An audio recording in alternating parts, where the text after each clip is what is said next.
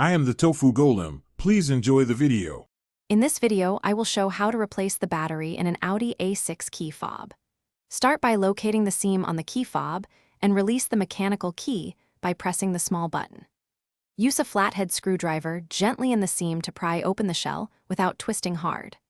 Remove the old CR2032 battery, note its orientation, and insert the new battery the same way before snapping the shell back together securely.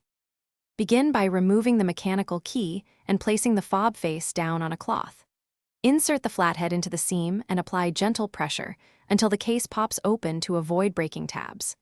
Lift the old CR2032 battery straight out, clean any debris, and insert the new one with the positive side up.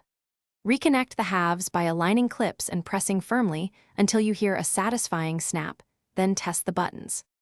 In this video, I will show how to replace the battery in an Audi A6 key fob. Quick recommendation: the Oala water bottle keeps you hydrated during hands-on jobs like this, and it fits cup holders while you work.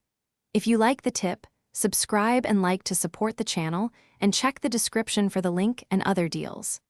Thanks for watching. Now let's get back to the video. If your fob does not work after battery replacement, stay calm and methodical. Reopen the case and confirm the CR2032 is seated flat and oriented correctly, then wipe contacts with a small amount of isopropyl alcohol on a cotton swab.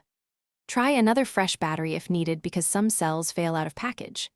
If the fob still misbehaves, programming or circuit faults may be present and require a dealer or locksmith diagnostic. Thanks for watching. Consider subscribing if we helped you today.